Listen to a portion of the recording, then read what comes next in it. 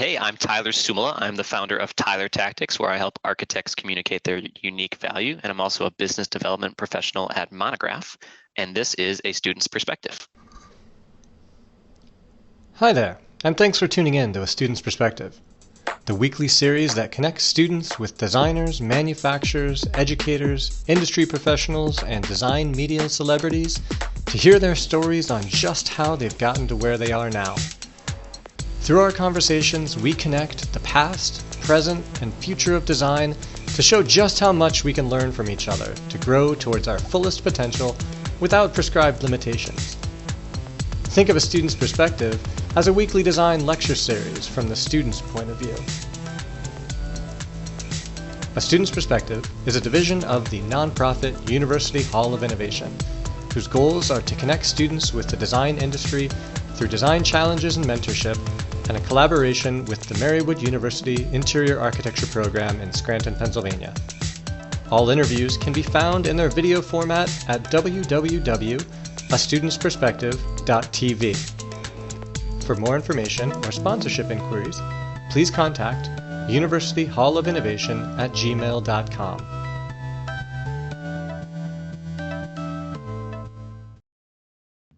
Hi, everybody. Thank you so much for joining us on another episode of A Student's Perspective. Today, we're here with Tyler Soumala, and if you could just start by telling us a little bit about yourself. A little bit about myself.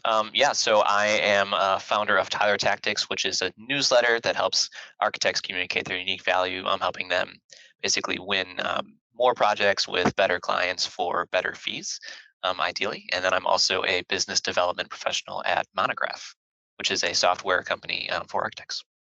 Awesome. And could you tell us a little bit about what helped you get the idea to start Tyler Tactics? What was kind of the motives behind that?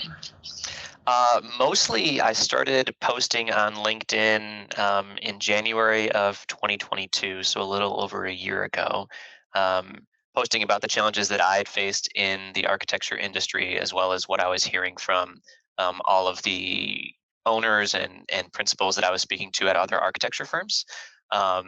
Became pretty clear that architects' challenges they're not alone in their challenges. They're pretty universal, like all the way around. So that to me, like after 6 or 7 months of reinforcing that through LinkedIn posts and comments and conversations on LinkedIn, I thought that it would be beneficial to bring that into just a weekly newsletter format as well. Yeah, awesome. Yeah, I like how you said that we can kind of unite over those challenges that everybody's facing. Could you go into a little bit more detail about what those challenges are? The common challenges that architects and architecture firms face, I think at an individual level, right? So there's challenges with, I think, low pay and long hours and burnout, right? So those are challenges that I think are more at the forefront now than what they used to be, which is good. There's definitely a better focus on healthy habits in the workplace, which is good to see that starting to come in. At a firm level, there's lots of challenges around like managing finances, being more proactive about tracking project budgets and making sure that you're staying profitable in your projects and not finding out about these things after they're already done. Those are the common challenges that I typically see at a firm level. Definitely. And how do those kind of relate to your position now at Monograph with business development? How are you helping firms become more efficient, things like that? Yeah, I originally started in a sales role, which essentially meant that I was like, that's how I had more than 1,000 conversations with architects over like a period of a year. I was essentially just having anywhere from 3 to like 10 conversations with firm owners about the challenges that they were having in their practice, which was really helpful. Just, I mean, at a personal level, just to get a pulse of the industry and understand what these challenges are. And now I'm in a marketing role. So in a marketing manager role, which essentially means that I'm taking what I've learned from all of those conversations with architects and making sure that our messaging and other kind of components are aligned with what architects are actually facing. Definitely, that's awesome. Could you go a little bit into your education? I know I took a look at your LinkedIn profile. You've worn like many hats over the years. So could you tell us a little bit about that? Yeah, I have the normal architecture background. I have a bachelor's of science in architecture from the University of Michigan. I have a master's of architecture from Princeton University. I've worked in large international firms. I've worked in small firms, and I've also run my own small practice for a couple of years before transitioning more into the technology side of things.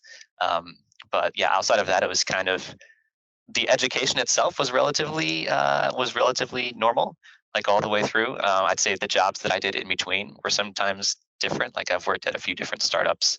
I've worked at Disney. I've worked at MoMA for like a summer internship. So I've kind of jumped around in different areas of like editing and design and technology. Definitely. And how did all of those experiences kind of help you find your niche, like where you are right now? Um, that's a good question. I think every experience always builds towards some kind of like learned um, learned outcome, right?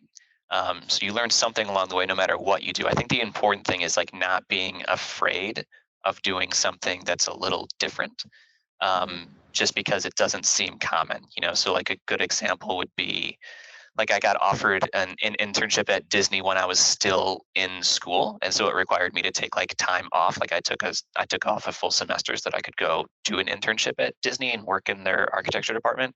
And that was like, that's like an odd thing to do because that means I kind of like jump into a different class and have to delay these things. Same thing with like working at a startup right after undergrad. I worked at a startup that wasn't really related to architecture, Mhm. just because I wanted to experience the startup culture and understand what was going on there. So I think not being like understanding that everything that you're learning has value beyond architecture as well, I think is important. And you can use those experiences both within and outside of architecture to kind of come back and hopefully leave a positive, like bring your passion of architecture and your learnings from outside of architecture back into architecture in a way that can benefit everyone. Yeah, definitely. That's a really good point too. Like even if you don't think it's going to help you right now, or if it's something that seems like really out of reach, or like you said, like it would delay you in whatever classes that you have to take, it's still invaluable to that experience to get where you are today. That's awesome.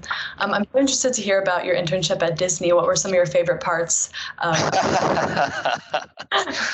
Yeah, believe it. That was like a decade ago, believe it or not, which makes me sound super old. But yeah, that was a really great experience.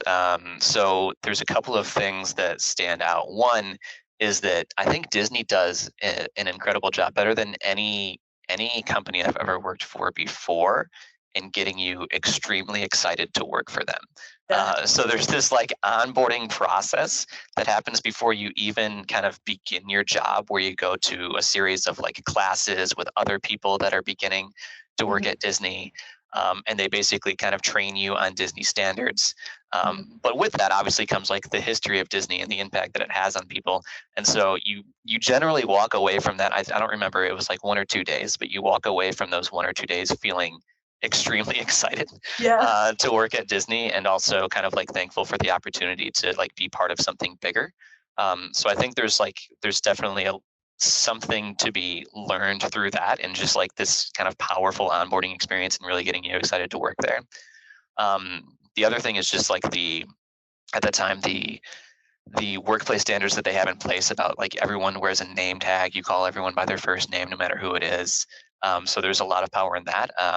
So I was mainly like the relationships that were built during that, and then there's also the fun things like getting to go into all parts of the park, especially like obviously during park hours, but also there was projects that I would be working on.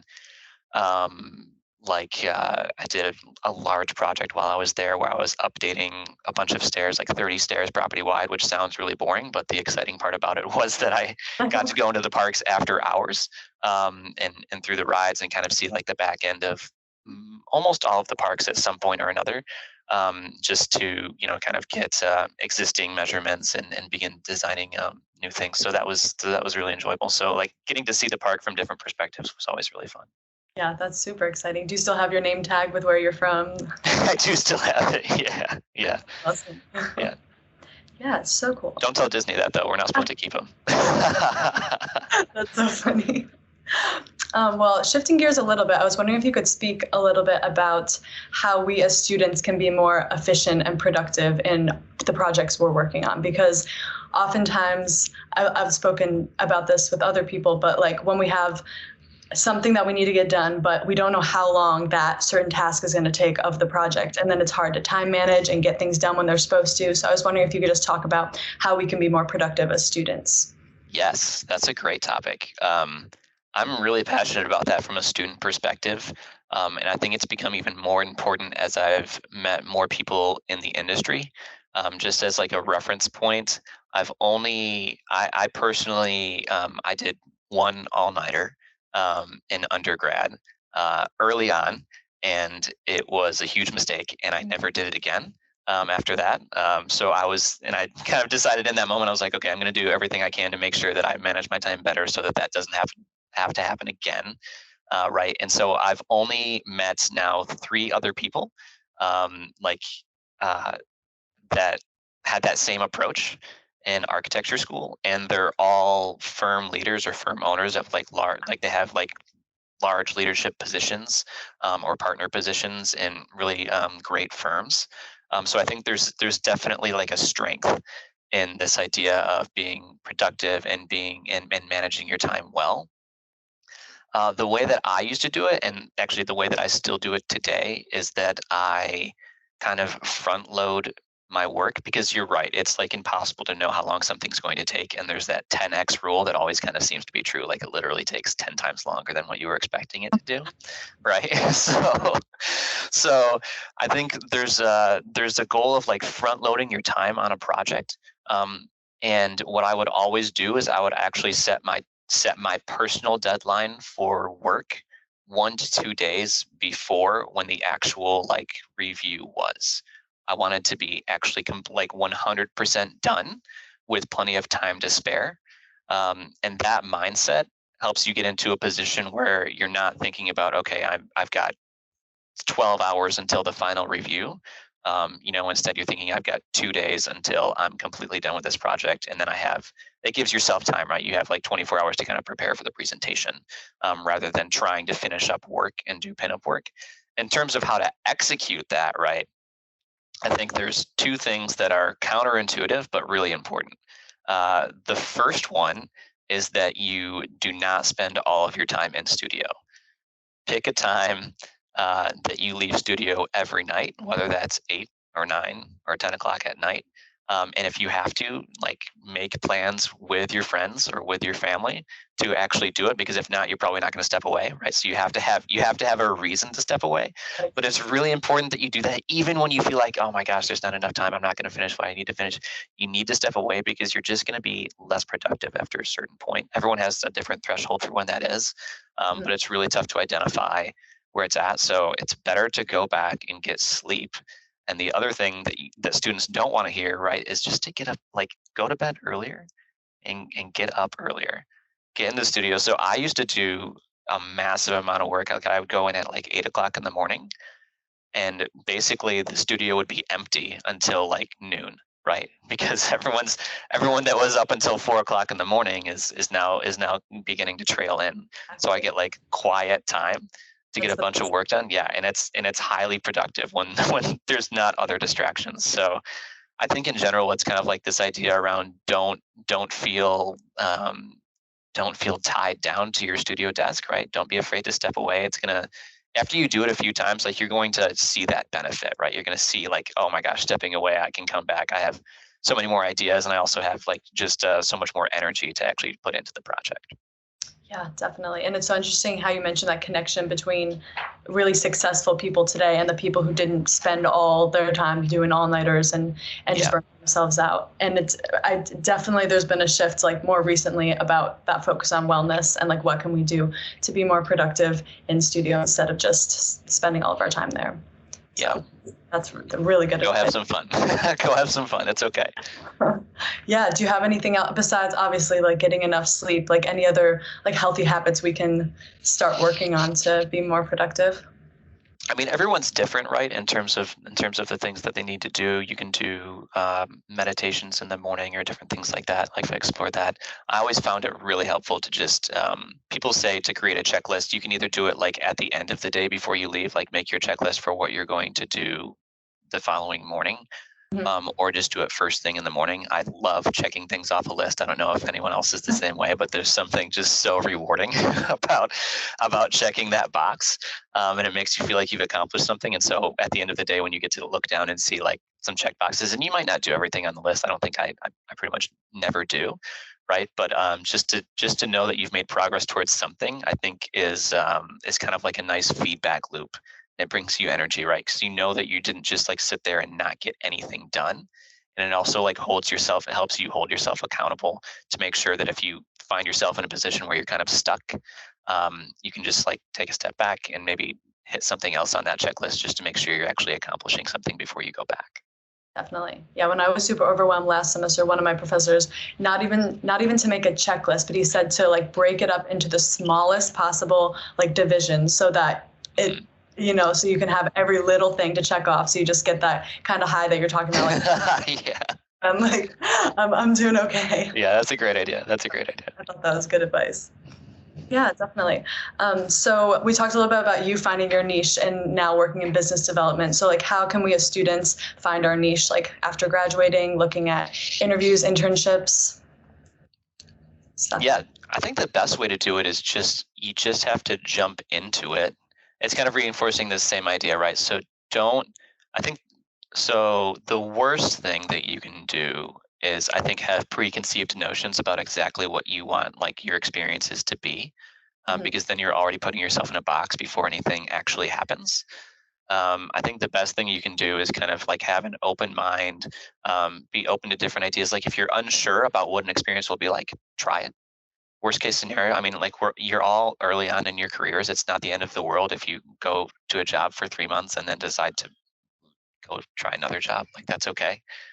It's not a problem. Like you're young enough. No one's going to look at you and say, oh, they're not worth being hired, right? So like, don't be afraid to explore other options or other opportunities. There's still so much time. Like I think that's the thing that it's hard to be in that mindset as a student because you think, okay, I'm about to graduate and then I'm going to go work in the professional field and then I'm there, like I'm in my career. When in reality, like don't be afraid to spend 2 or 3 years like exploring other options, seeing what else is out there, trying different industries or even trying different roles within the industry. Just to understand what's right because you have plenty of time. It's not going to get in the way, and in my opinion, it's going to be a larger benefit to you because you actually have a broader experience than most, right? The vast majority of architecture students are going to kind of do the traditional path of going to work into a firm immediately, and that's going to be like their entire career, right? They're just going to stay within a firm. So I think even if you do small things that branch out of that or work in a different type of role or like a tangential industry like you have, I think that gives you a step up in the long run in terms of having that broader experience to come back into the industry with. Yeah, definitely. And like right now, like you said, is the time to experiment. I feel like a lot of us are like, okay, like if this is the internship I'm doing now, like that's where I'm gonna stay for Right. years. Like, it's like, no, it's Yeah. okay. Like experiment with different things, see what really fits like now versus down the line for sure. Yeah. I guess kind of going off of that, but do you have any advice for like interviews specifically, like how to make yourself stand out in a world of designers? Yeah, it's probably by focusing less on design and more on communication, right? So I think a good way to think about it is like your portfolio can get you in the door, Mhm. potentially, right? But it's more or less your communication skills that are going to get you a job, right? So that's something important to think about just as you're spending, like it's easy to spend so much time and think, okay, this portfolio needs to be perfect, it needs to be amazing. Like it probably doesn't need to show as much as you want it to. And the thing is, like employers might spend like literally 2 or 3 minutes looking at a portfolio, like at most, right? So those pages that you're spending a lot of time on, and trying to figure out what to write and how to do that project description, it probably won't even be fully read. Not all of them at least, right? So that's like it's painful to talk about, but it's true, right? There's people, these are busy. They don't have an hour to spend like flipping through your portfolio. So I think when you keep in mind the fact that the goal of the portfolio is really to capture someone's attention, like in like a 10-second span, like that's what you're trying to do. Like tell them what the project is roughly within like 10 seconds. And if your page can't do that, then kind of minimize it until it does, right? So that's going to help. That's going to help it be easy to digest the work that you've done and understand the way that you've thought through it, right? And then once you get in, I think it's just about it's about having a good conversation. It's about being like honest and genuine. It's okay to not know things. No one expects someone that's graduating to know every answer or to know exactly what they want to do. That question that's like, where do you expect to be in 5 years? I'm not sure. I'm still figuring it out. Like that's fine. You can't be afraid to. I think there's the other thing that's like, don't be afraid to not get a job, right? Because a fit actually goes both ways. You might go into something thinking, I really want to work at this place because of the way that they present themselves on their website. But then you get in and there's not really a click happening with the person on the other. And it seems like they might be kind of harsh or it might be difficult to work with, and it just doesn't turn in. Like to me, that's a benefit on both sides, right? It just wasn't a good fit. So you can't be afraid. Like, don't be afraid to hear no. Don't be afraid to not get a job that you think you initially want, because the thing that's going to be healthiest for you in the long run and probably better for both sides in the long run is like something that clicks also at kind of like a relational level between you and the people that you're going to be working with. It's going to make your experience a lot better as well. Yeah, definitely. It's like good communication through our stories and our portfolio, but also good communication with the interviewer and just being super genuine and knowing that you don't have all the answers. That's definitely good advice for sure. Could you just speak a little bit more about what kind of is it like a feeling that you get when you're like, oh, okay, this might be a place that I want to work for, or like how can we kind of navigate where we might fit in? Yeah, I think there's different methods for this, right? There's like the quality over quantity, and then there's just the quantity approach. I think I've always done something kind of like in the middle of that, right? So like after like as I was approaching graduation both times through undergrad and through grad, I kind of, I picked like 5 or 10 firms to apply to, and then I picked like 3 to 5 like startups to apply to, right? And you kind of just like put it out there and see the way that people are responding, right? So then you might end up with a few interviews out of that, right? It's a low conversion rate all across the board, right? So don't expect to get 100% acceptance or anything like that, but so you might get 2 or 3 interviews out of that. And then it's just going to those interviews, I think, with an open mind. It's an understanding that an interview is not only an opportunity for them to evaluate you, but it's also an opportunity for you to evaluate them.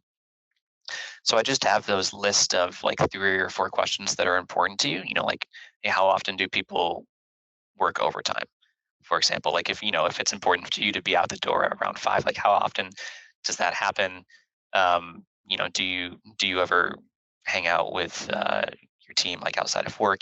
Just these things that are important to you, that might be more like relational. Less about the workplace, and more about like what your position in that workplace will be, or like kind of within the culture of the workplace. I guess more questions about culture. Um, I think will help you kind of identify whether or not it feels like a good fit for you as well. Yeah, that definitely makes sense. And like not just what the company looks like at face value, but like how am I going to thrive in this environment? What is that going to look like? Exactly. Yeah, that's a great word. Yeah. How am I going to thrive in this environment? Yeah. Sure. Yeah, I wanted to circle back and ask you again about Tyler tactics, maybe to give us some insight on like some of your favorite advice maybe that you've given over the past however long. 6 months almost. 6 months almost. Yeah. Easy. Yeah, I'm coming up on 6 months of posting weekly, posting a newsletter weekly. Favorite advice? That's a really tough one. I think some of the, other than like my favorite, I'll say like what I see as being the most powerful advice, right? So one is that the quality of your relationships is really grounded in the quality of your questions. And we don't think about questions enough. I think, in my opinion, the way that you phrase a question, the tone that you have, the curiosity that you approach your conversations with makes a huge difference in getting an understanding of what your client actually needs or prospective client actually needs and wants. We tend to think more quantitatively about something like, we're led to kind of believe, okay, I have someone that might be interested in working with me. I should find out how many bedrooms they want, how many bathrooms they want, what the square footage is of the homes that they're desiring. When in reality, it's kind of better to take a step back and think more qualitatively about, okay, well, why is it that you want to design a new home? What's wrong with your existing home? How do those challenges impact your day-to-day life? Just getting an understanding, like really at a qualitative level, why they want to spend hundreds of thousands of dollars. Like, people don't just like wake up um, one day and decide, what I want to do today? I want to spend hundreds of thousands of dollars on a new home, on a new office. Like that doesn't happen. Like, there's pains and there's challenges that lead to that. There's frustrations that make someone like come to that conclusion. So you want to understand what those are. And then there's other small things like there's other things that I should say there's other things that sound small but actually make a big difference in the conversation. So a good one is like building rapport at the very beginning of a conversation. And essentially that just means like taking the first 3 to 5 minutes to talk about something other than business. Ideally, you've done a little bit of research right before you jump on the call. This is actually really helpful for interviewing as well, right? You do a little bit of research on this person, check out their LinkedIn profile, go to see like what their bio is on the company page or something like that. Find something that you can relate to in some way. Ask them a question about it, like have a conversation. Oh, I grew up in the Midwest as well, and loved how friendly it was, whatever, something like that, right? So just like something to kind of have a shared experience with, and what that does is it makes both people more comfortable, and that's really powerful because if your conversation begins at a comfortable stage, then that also means that it's going to allow you to go deeper into those questions and get a better understanding of exactly kind of what's underlying all of their decisions. Definitely, that's such good advice. And you're making me think about how can we balance that approach of empathy with also meeting all of the requirements that we need to. Could you talk a little bit about?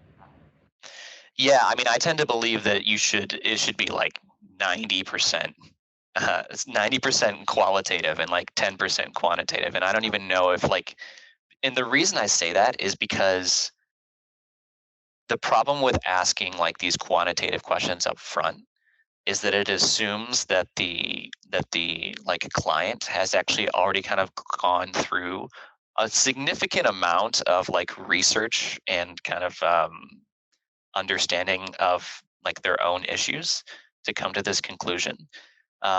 So like if you ask those qualitative questions up front, then you at least have an understanding of why they want to do these things, so that when you get to those quantitative questions, they might say something like, oh, we want 5 bathrooms. And you're like, well, you had mentioned that, one of the reasons with your home right now is that you don't feel like you're spending enough time together.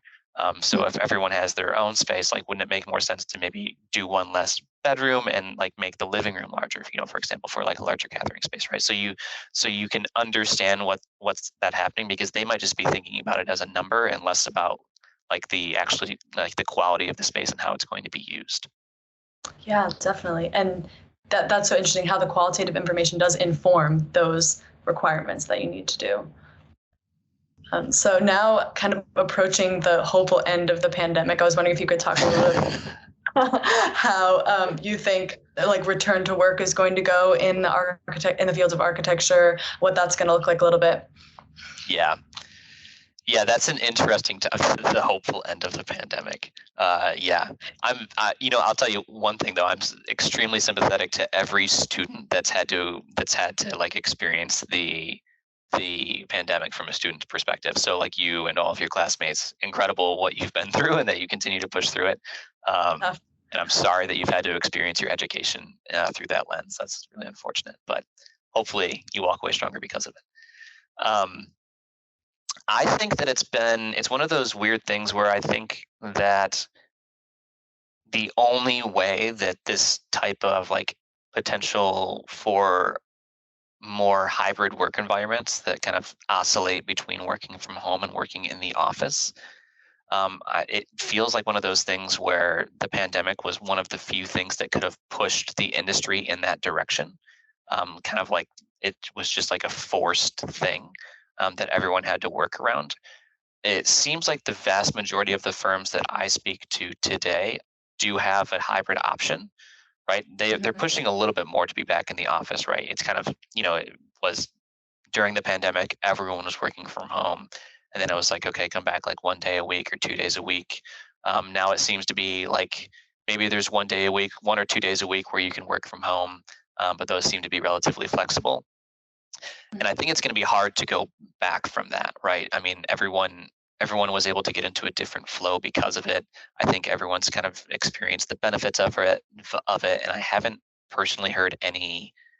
I haven't heard any complaints from firm owners about less productive work environments as a result of it, right? So I think when you take all of that into combination, like it's better for the employees. It doesn't seem to be having any negative impact on the business itself.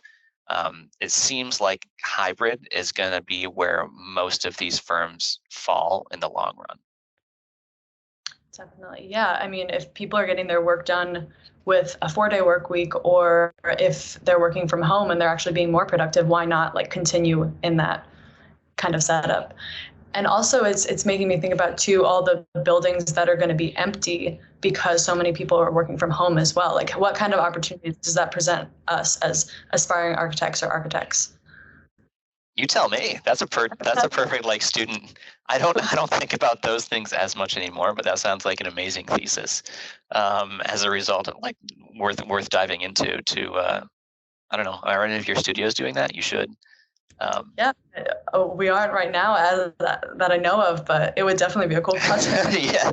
You should dive into it. I mean, it sounds like a great. It's like it's the perfect brief. It's the perfect studio brief to kind of dive into as a student, I think, and understand the other opportunities available.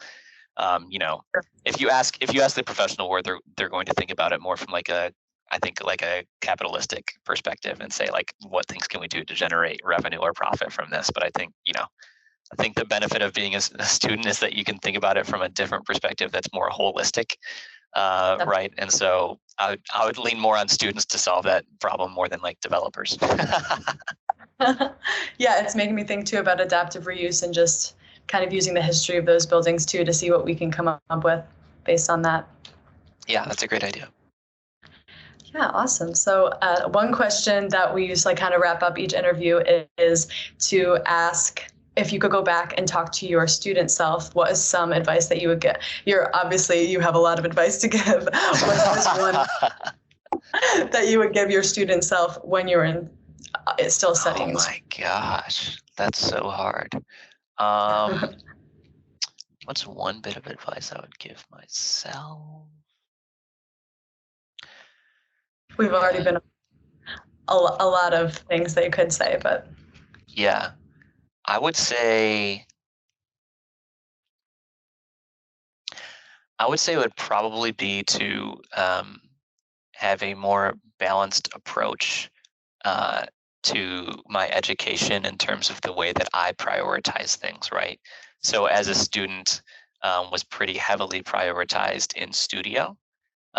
It's everyone's favorite class for a reason, right? We all kind of go to architecture or interior design school for that reason, for studio. But those other classes definitely have so much potential to bring us a more well-rounded understanding of the industry in general, and also like how we can bring value to different things. So I think giving them a little bit more attention would have been better at that time. yeah, that's such a good point. Just having more balance overall and like using those other topics to even bring into like what we're doing in studio too is so Exactly. Yeah. Well, thank you so much for joining us today. I really enjoyed our conversation. For everybody watching right now, if you liked this episode, please don't forget to like, comment, and share, and join us next week as the conversation continues with a student's perspective. We hope you like this discussion with the design industry from a student's perspective. Please like, share, and comment, and stay tuned for more inspiring conversations to come.